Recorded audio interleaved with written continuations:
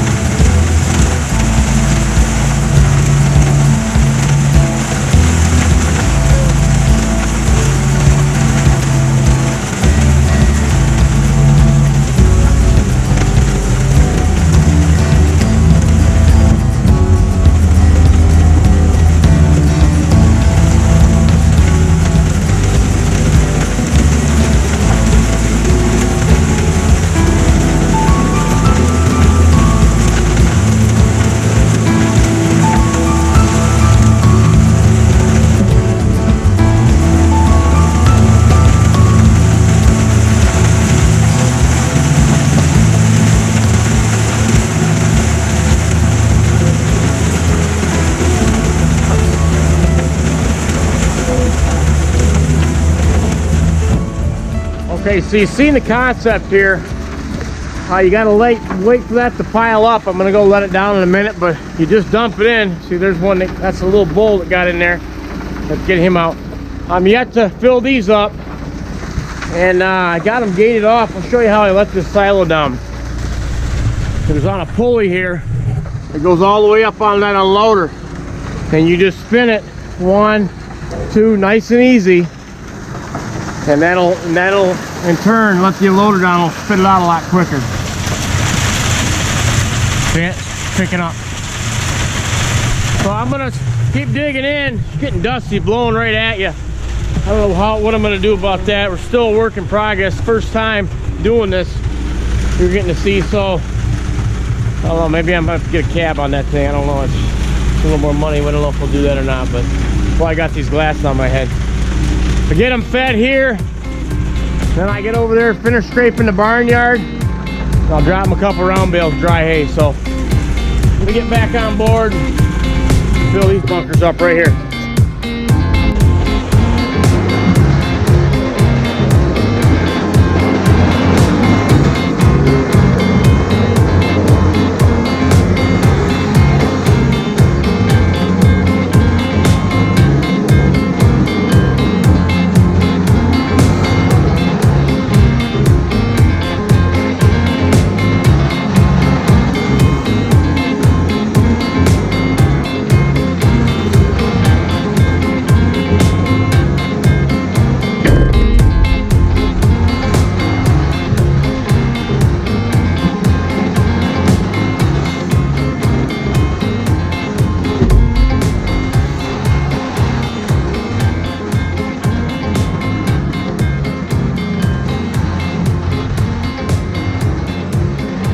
tell you what, for the first time doing this, it's not going too bad.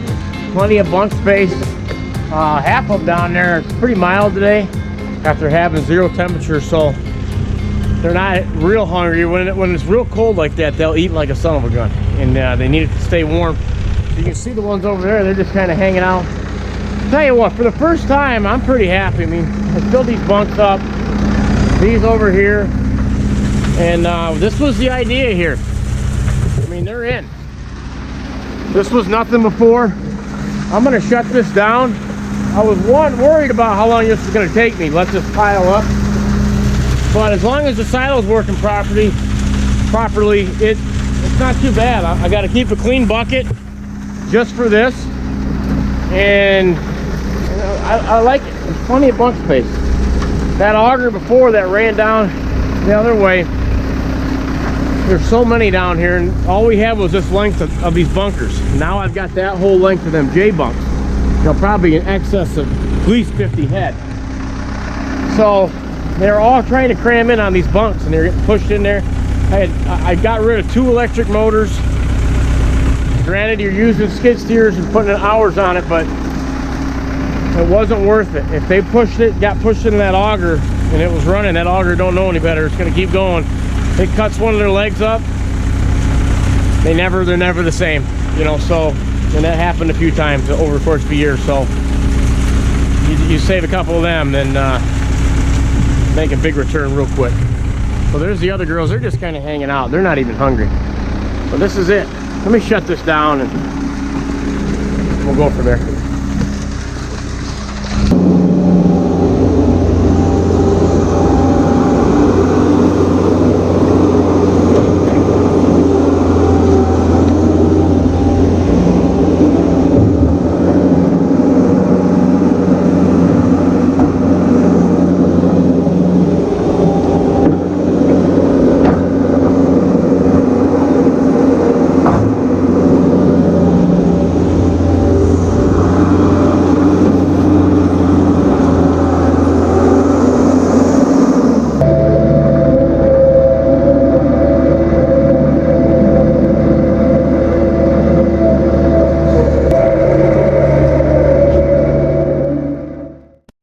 So the idea that we had by doing this pretty much came to fruition. We're complete. I just want to reiterate on having enough bunk space. Couple real good points there. One, you don't want them getting pushed around, and two, when I come down here, the main farm's about a mile away, and I bring a truck and trailer down here. This is our dry cow heifer lot, so I have to check these out. And when I'm checking them out, I'm looking at everything on a cow. I'm looking up here where the calf comes out, and I'm looking down here. This is a heifer. She's starting to bag. I'm looking right there, and I'm looking at her teats. They're starting to fill out. I have dates on these, but they're not. I give what you call the eye test, and that is just looking at them from experience and knowing she's probably a solid couple weeks out. So in another week, I'll look to bring her up. So she's only up there about a week, and then she'll calve. This is the cow. She's getting real close. I'll probably bring her up today. This is the cow. That's what it looks like. She's probably only a few days out from calving. Okay, and that's just from knowing what they look like. You can look at all the dates you want, but none of them are exact. You just got to know what you're looking at. Here's another heifer. This one might come up today. Look at the teats on her. They're starting to fill out. This is a heifer.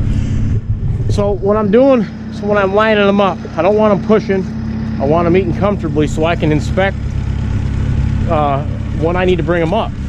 I don't necessarily want them calving down here. You know, I feed these down here in the morning and give them the dry hay, and then I'm out of here. And they got the water and they got the free stalls. So I need them to be comfortable when they're eating so I can check her out. This is like this is a dry cow. She's getting there. You know, it's just something that I have to, part of my responsibilities, come down here, feed, and inspect them. Real quick here, I haven't figured out what I'm going to do with here. I'm going to have to close this bunker off when I'm done. But it's a beautiful sight, man. I mean, there's a bull. They're all eating, and they're happy, and they're not pushing. I mean, just a few days ago when I had the auger conveyor system, they were just shoving in there. It was just ugly. Now there's plenty of room. I mean, there's feed right there. They're not even, I probably didn't need to feed at all because there's not that many down here.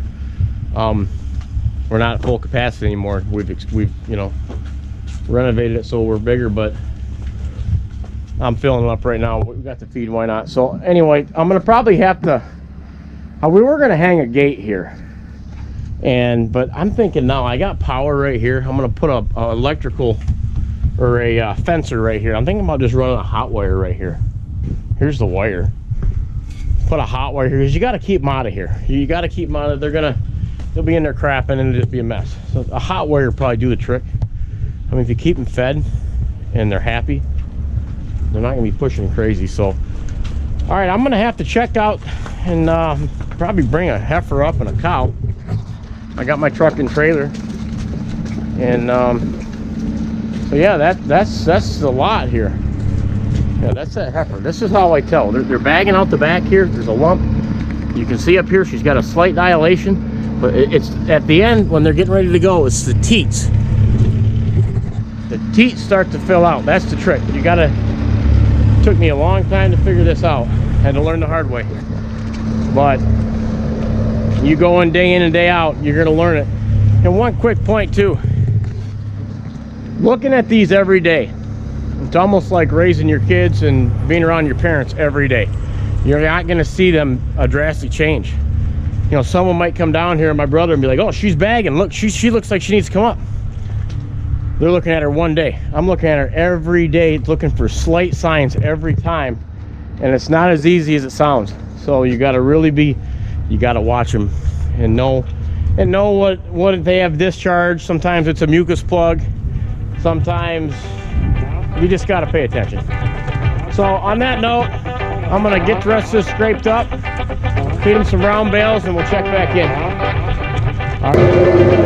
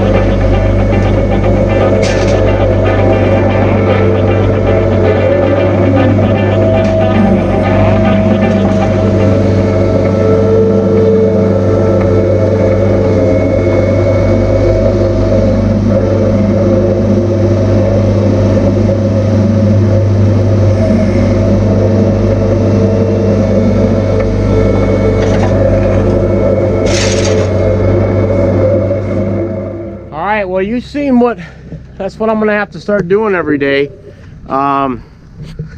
Fed the hay, fed the corn. Still got a few loose end things to pick up here. I mean, we pretty much got it, but I just wanted to get started at this, but clean the rest of this up. And I hope you liked like me showing you how I'm gonna feed. This is new to me too. I'm gonna have to be doing this every day. It's went pretty good for the first day. Got most of their corn cleaned up, and there goes the round bales. So it was just a better setup. Moving these bunks this way, it opened up a lot bigger area for me to scrape. When I come out of them 2 barns, there's free stalls in there. I can come straight on, make a pile to haul out, and just give me a better chance of looking at them. Because looking at them and checking them out is a big part of it. You know, you got to know what's going on with them. So I hope you like this video. Dry cow lot's been completed, and leave a comment down below. Let me know what you think, how it turned out, if you think it's very efficient or not. I think it went pretty well. Give me a thumbs up if you liked the video, and hopefully next week the beans are going to be drying out so we can get into our beans. We tried them, they were just too wet. I mean, they were 25-30% right in there. The elevator wasn't even taking them, and you don't want to give them to them anyway at that percentage. You're not going to make any money on them. So hopefully next week we can do the soybeans. So this is what I'll be doing every day. This is how I'll be feeding. So I'll get you back down here maybe. Now I got to go shovel out their free stalls, and so hope everybody has a good week, and see you in the next video. Thanks.